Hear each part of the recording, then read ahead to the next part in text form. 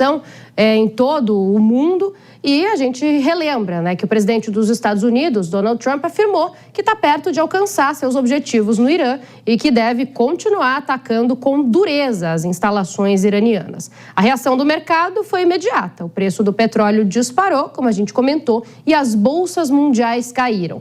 As Forças Armadas iranianas responderam e afirmaram que continuarão se defendendo até a rendição dos Estados Unidos.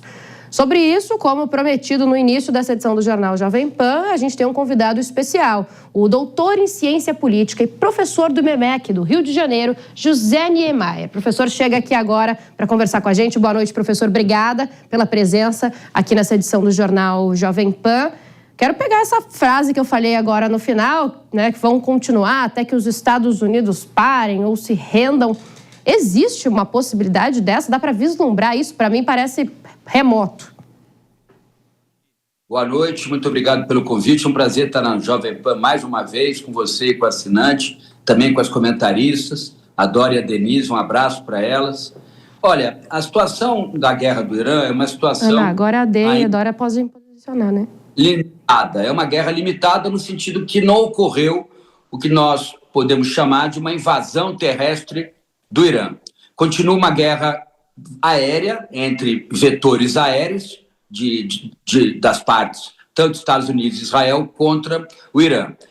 Se acontecesse uma invasão terrestre, que eu não acredito, a situação seria muito mais grave. Ela não aconteceu e me parece difícil que aconteça. Então, o que a gente pode prever é a continuidade da guerra aérea. O Irã parece que tem um estoque de armamentos suficiente. Muitos achavam que os estoques de mísseis terra a terra do Irã estavam diminuindo, mas eles continuam usando mísseis terra a terra contra alvos no Oriente Médio, alvos norte-americanos, israelenses, e também em bases norte-americanas. Israel tem respondido com o mesmo tipo de armamento. O Irã também tem uma quantidade importante de drones. Eles se utilizam muito de drones na guerra, eles são produtores de drones, e tudo leva a crer que nós vamos continuar por alguns dias com essa guerra de perfil aéreo, de dinâmica aérea. Não acredito numa invasão terrestre, os preços do petróleo vão continuar a subir, mas também penso que, como não vamos partir para uma dinâmica terrestre, de invasão terrestre do Irã, em alguns dias me parece que o presidente Trump, que é mais fácil ele fazer isso do que Netanyahu. Netanyahu se aproveita mais da guerra do ponto de vista político do que Trump. Aliás, Trump perde do ponto de vista político. A cada dia há uma oposição maior à guerra no eleitorado norte-americano. Mas imagino que nos próximos dias Trump vai dizer que alcançou os objetivos militares dos Estados Unidos, que era destruir parte da infraestrutura nuclear do Irã, parte da marinha iraniana, também atingiu a infraestrutura aérea do Irã, não conseguiu o objetivo político, que era mudar o regime, e o Irã vai dizer que o regime político dos ayatollahs continua, inclusive com apoio da população.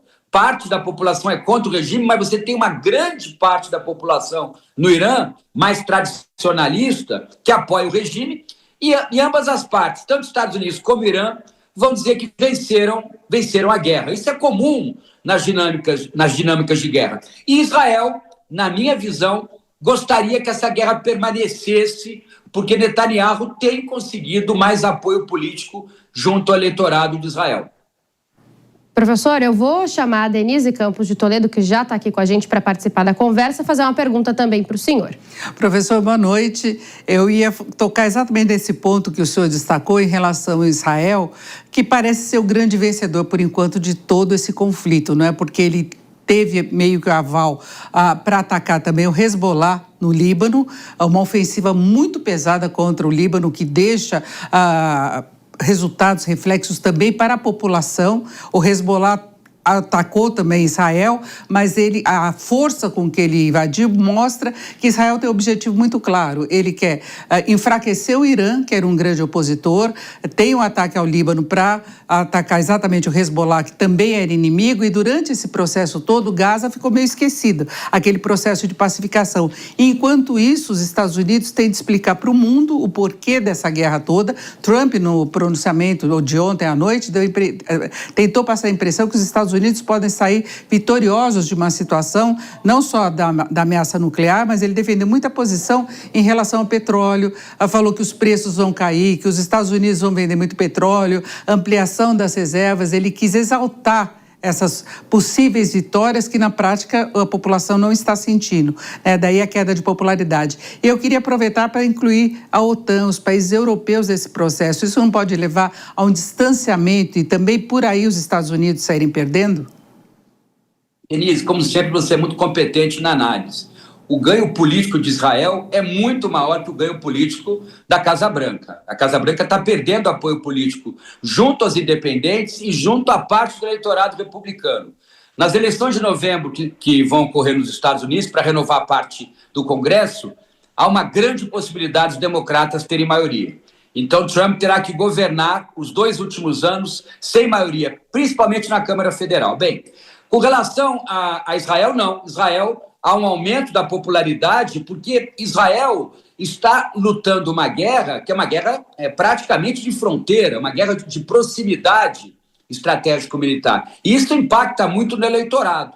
E o eleitorado israelense, que era muito crítico a Netanyahu, você tem toda a razão, se aproximou mais do governo nessa situação de guerra. Até porque o Irã, e é importante também deixar isso claro para o assinante da Jovem Pan, o Irã tem conseguido, em alguns momentos, ultrapassar a defesa do Domo de Ferro e atingir objetivos, bairros, e inclusive bairros com população civil, também em Israel. Isso é muito grave para a cultura de defesa israelense, né? Ainda mais depois dos últimos atentados do Hamas. Então, isso é muito grave. Então, Netanyahu conseguiu, com essa guerra, unir apoio em torno do nome dele. E também haverão eleições em Israel. Netanyahu tinha uma grande possibilidade de perder as eleições, mas vamos aguardar. As eleições são em outubro, se não estou enganado. Com relação à União Europeia, Denise, na minha opinião, esse é o grande movimento, é o evento mais grave das relações internacionais neste século XXI. Talvez tão grave quanto foi os atentados de 11 de setembro de 2001, ou a guerra Rússia-Ucrânia, ou a tentativa de anexação da Geórgia em 2008, ou a crise de 2008, a crise econômico-financeira. Por que considero muito grave? Porque os Estados Unidos e a União Europeia, ou europeus, tinham uma aliança atlântica desde a Segunda Guerra. Se houver um distanciamento de Estados Unidos e países europeus, quem ganha muita autonomia estratégica com isso é a Rússia, até porque a Rússia é próxima da Europa. Nós sempre temos que lembrar que o continente euroasiático é uma mesma massa territorial. Então, a Rússia ganha mais autonomia com esta crise entre Estados Unidos e países europeus, principalmente as lideranças França e Alemanha, e a China, que nem preciso dizer, que também faz parte da mesma massa territorial. A China faz parte do continente euroasiático. Se você sair a pé de Pequim, você chega em Paris. Vai demorar, mas você chega. É a mesma massa territorial. Por isso que esse distanciamento entre Estados Unidos e europeus é um dos eventos mais graves das relações internacionais deste primeiro quarto do século XXI. Nós estamos conversando com o professor do IBMEC do Rio de Janeiro e doutor em ciência política, José Niemeyer. Professor, agora a Dora Kramer também vai te fazer uma pergunta. Boa noite, professor. Com todas essas consequências que o senhor desenha, dá para dizer que, do ponto de vista político, que o Donald Trump já perdeu ou vai perder essa guerra?